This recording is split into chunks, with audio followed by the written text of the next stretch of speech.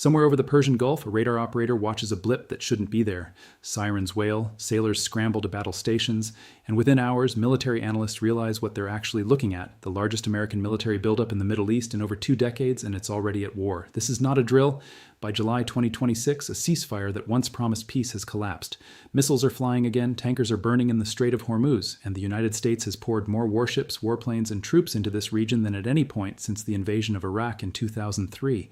What triggered this buildup? Why is Washington betting so heavily on a region it has tried for years to walk away from? And what happens if the fragile threads holding this ceasefire together finally snap for good?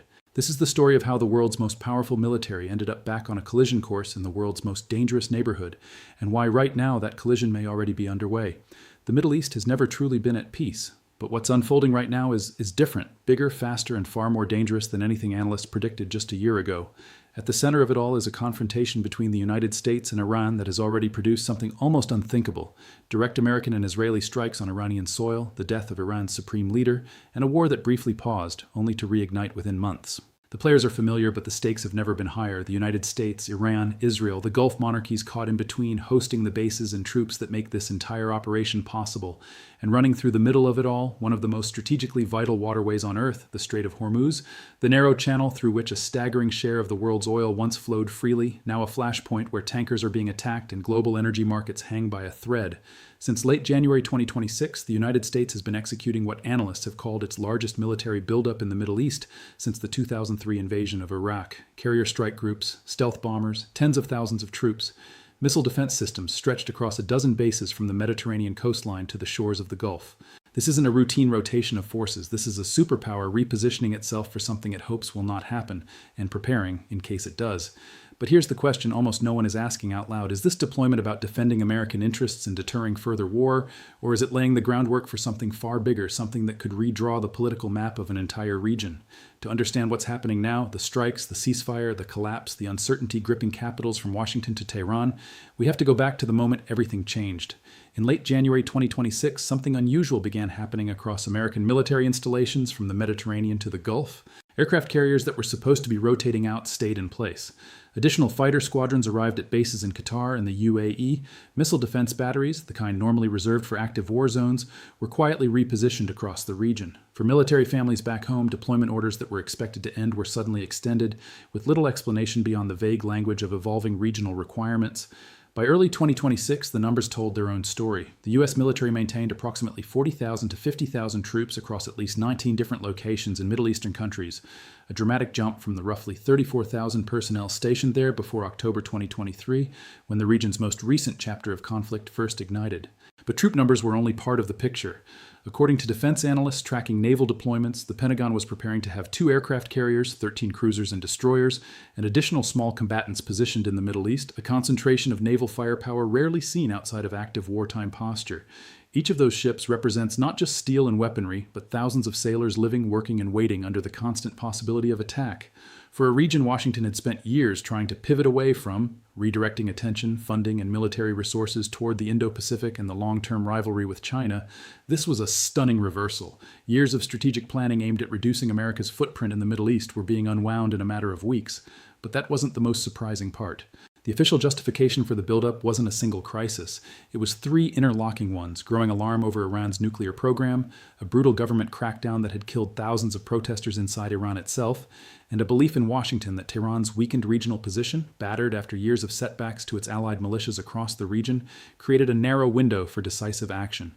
Military planners don't move carrier strike groups, airborne divisions, and elite special operations units like the 82nd Airborne, the 101st Airborne, and Naval Special Warfare Development Group across an ocean for a routine training exercise. Every piece of this deployment signaled something far more serious than diplomacy. It signaled preparation for war. Inside the Pentagon, officials rarely use that word publicly, but the logistics told a different story. Fuel depots stockpiled, medical evacuation units placed on standby, munitions shipped in quantities normally reserved for sustained combat operations. Something was coming, and it arrived faster than almost anyone expected.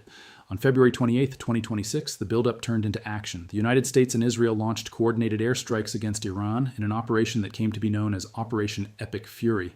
The stated goals were staggering in scope, dismantling Iran's nuclear and ballistic missile programs, and according to multiple reports, inducing regime change in Tehran itself. For a country that had spent decades bracing for exactly this kind of confrontation, the strikes still managed to catch much of the world off guard in their scale and precision. What happened next shocked military analysts around the world. Iran's supreme leader, Ali Khamenei, was killed in the strikes, a figure who had led the Islamic Republic for over 3 decades, gone in a matter of hours.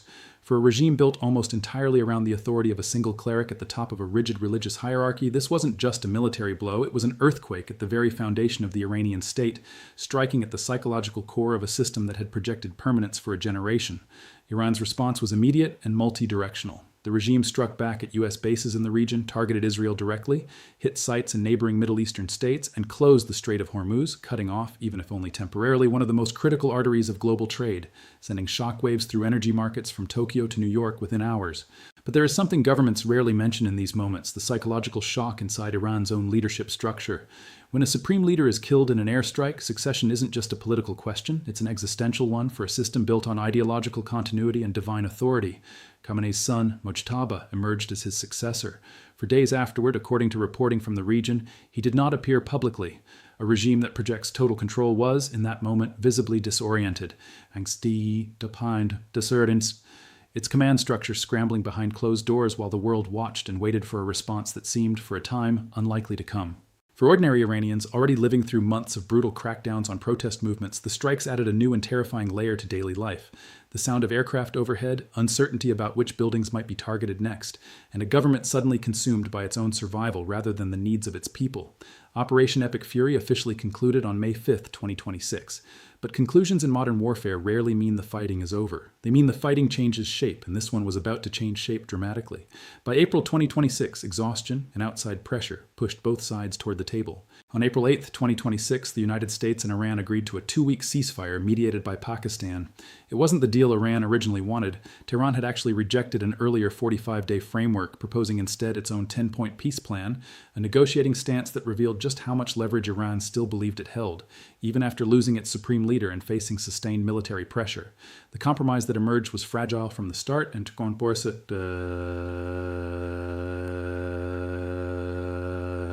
it showed almost immediately. Military experts weren't prepared for what happened next. Just hours after the ceasefire announcement, the Israeli military conducted a blitz across Lebanon that killed hundreds of people and wounded more than 1,000 others, a strike that immediately raised the question of whether Lebanon, and by extension Hezbollah, had ever actually been covered by the truce at all. Israel and the United States said no. Iran and Pakistan said yes. That single disagreement would go on to strain the entire peace process for months, exposing just how differently each side interpreted the very document meant to end the fighting. For civilians in Lebanon, the ceasefire meant nothing at all. Families who believed the worst of the regional violence had passed found themselves burying loved ones within hours of a peace deal being announced on television. On April 21st, President Trump extended the ceasefire indefinitely, buying time for negotiators.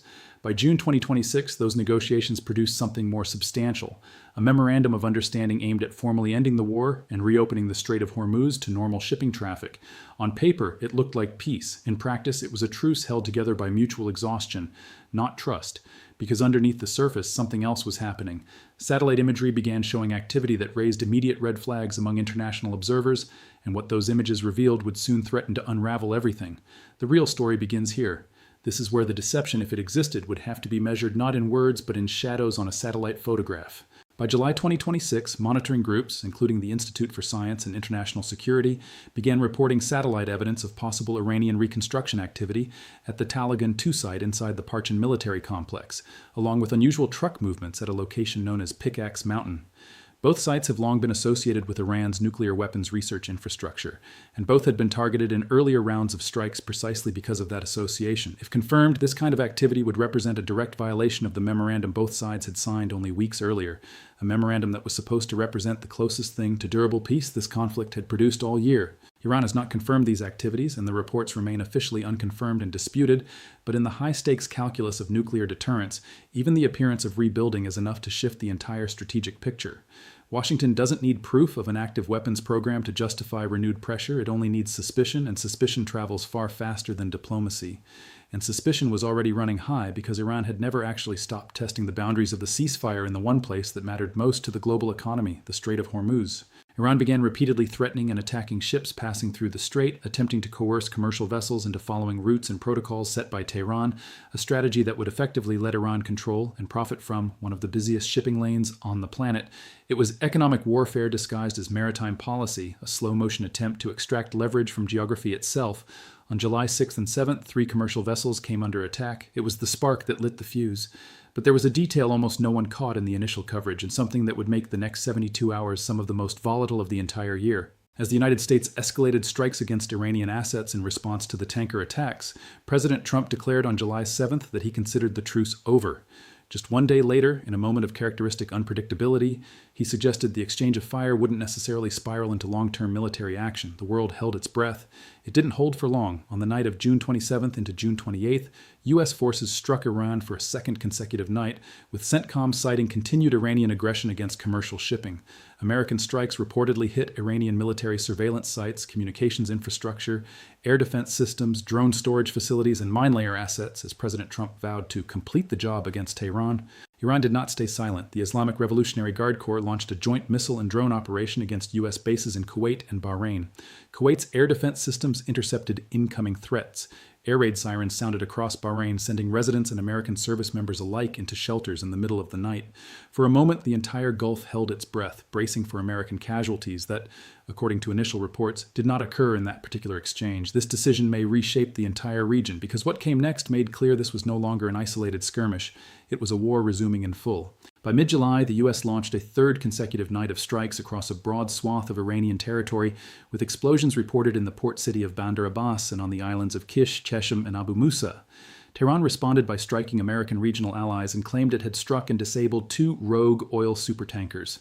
The United Arab Emirates confirmed Iranian missiles hit 2 of its tankers in Omani territorial waters, killing 1 crew member, the first confirmed civilian maritime death of this renewed phase of the conflict, and a grim reminder that behind every strategic headline is a human being who did not choose to be part of this war. The economic aftershocks were immediate and visible from space, quite literally, in the form of ship tracking data. Before the war, roughly 110 ships a day transited the Strait of Hormuz. During the height of the July escalation, only about 13 vessels made the crossing in a 24-hour period. Cargo ships and tankers alike moving cautiously, if at all, through waters now considered a war zone. GPS spoofing and signal interference also surged around the strait, disorienting commercial vessel navigation and adding yet another layer of danger to an already lethal corridor. But there is something the headlines rarely capture, what this means for the people whose lives depend on that shipping lane functioning normally. Energy analysts warn that even brief disruptions to Hormuz traffic ripple outward into global fuel prices within days. A war fought in the Gulf is a war felt at gas pumps and grocery stores thousands of miles away, in countries that have no soldiers anywhere near the fighting. By July 11th, Washington had set explicit terms for ending the renewed hostilities, demanding Iran declare all channels of the Strait of Hormuz open without tolls, halt attacks on shipping, and hand over its stockpile of highly enriched uranium, a substance reporters covering the crisis had taken to calling Iran's nuclear dust. Trump said talks would continue even as he insisted the ceasefire itself was over. Qatari negotiators traveled to Tehran. Iran's president spoke directly with Pakistan's prime minister, keeping one diplomatic channel alive even as military channels grew louder. And in a strange twist, unclaimed airstrikes hit Iran on July 10th, a day after CENTCOM said its own operations had concluded, raising the unconfirmed possibility that a Gulf state, not the United States, may have carried out the attack. If true, that detail alone would mark a dangerous new phase, a regional war no longer confined to just 2 primary combatants, but one where other Gulf actors may be acting independently, with or without direct American coordination, a scenario that could make de-escalation exponentially harder because Washington cannot negotiate a ceasefire on behalf of allies it does not fully control. As of mid-July 2026, mediators from Pakistan and Qatar continue working behind the scenes, trying to drag both sides back toward a negotiating table that keeps collapsing under its own weight. Meanwhile, aboard the USS Abraham Lincoln, sailors described by journalists traveling with the fleet have continued preparing for the possibility of renewed strikes, a reminder that for the men and women actually stationed in these waters, the diplomatic back and forth in Washington and Doha translates into something far more immediate: readiness, tension, and the ever-present possibility that tonight could be the night everything escalates again. To understand why this crisis feels so different, you have to understand what came before it. The United States has circled this region for nearly half a century. The 1980s tanker wars, when American warships first began escorting oil tankers through these same waters, the 1991 Gulf War, the 2003 invasion of Iraq, the long, grinding counterterrorism campaigns that followed. Each time Washington told itself the same story. This would be the last major deployment, the moment America finally pulled back and let the region manage its own affairs. Each time, it wasn't. What makes 2026 different is the target. This is not a war against a terrorist network or a fractured state.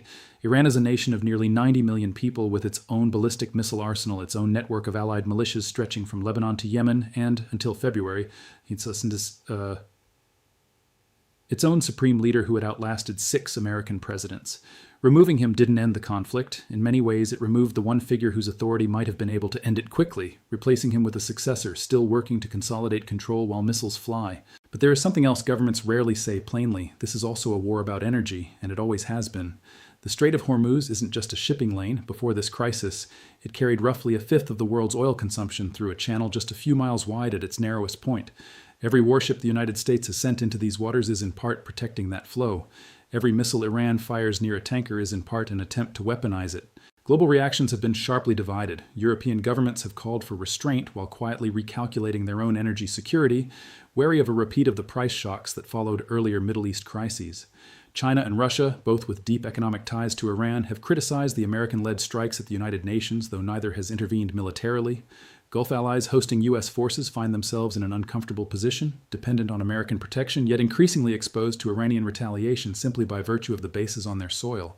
And behind the visible war, the strikes, the sirens, the burning tankers, analysts believe a quieter conflict has been unfolding in cyberspace, where both sides are believed to be probing each other's infrastructure, communications, and defense networks, testing vulnerabilities that could be exploited if the shooting war escalates further. Little of this is confirmed publicly, and much of what circulates remains speculative, but in modern warfare, the digital battlefield often moves faster and more invisibly than the physical one. What satellite images, ship tracking data, and battlefield reports all point to is the same uncomfortable truth.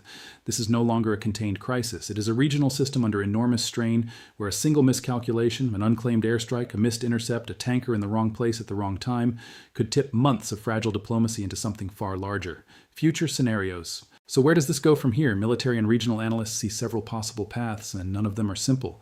The first scenario is a return to managed de-escalation.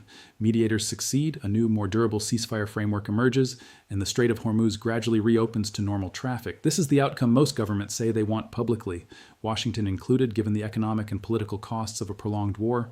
But trust between Washington and Tehran, especially after the death of Iran's supreme leader, remains almost non-existent, and any deal will require verification mechanisms neither side has fully agreed to. The second scenario is a prolonged, low-intensity war of attrition, strikes, pauses, strikes again, without a clear endpoint. This is in many ways the pattern already unfolding throughout 2026. Escalation, brief ceasefire, violation, renewed strikes. If this cycle continues, the human and economic toll compounds with each round, even without a single dramatic turning point that forces the world to pay attention. The third and most dangerous scenario involves broader regional entanglement, other Gulf states, already hosting the American troops and equipment that make this entire posture possible, becoming direct combatants rather than hosts and observers.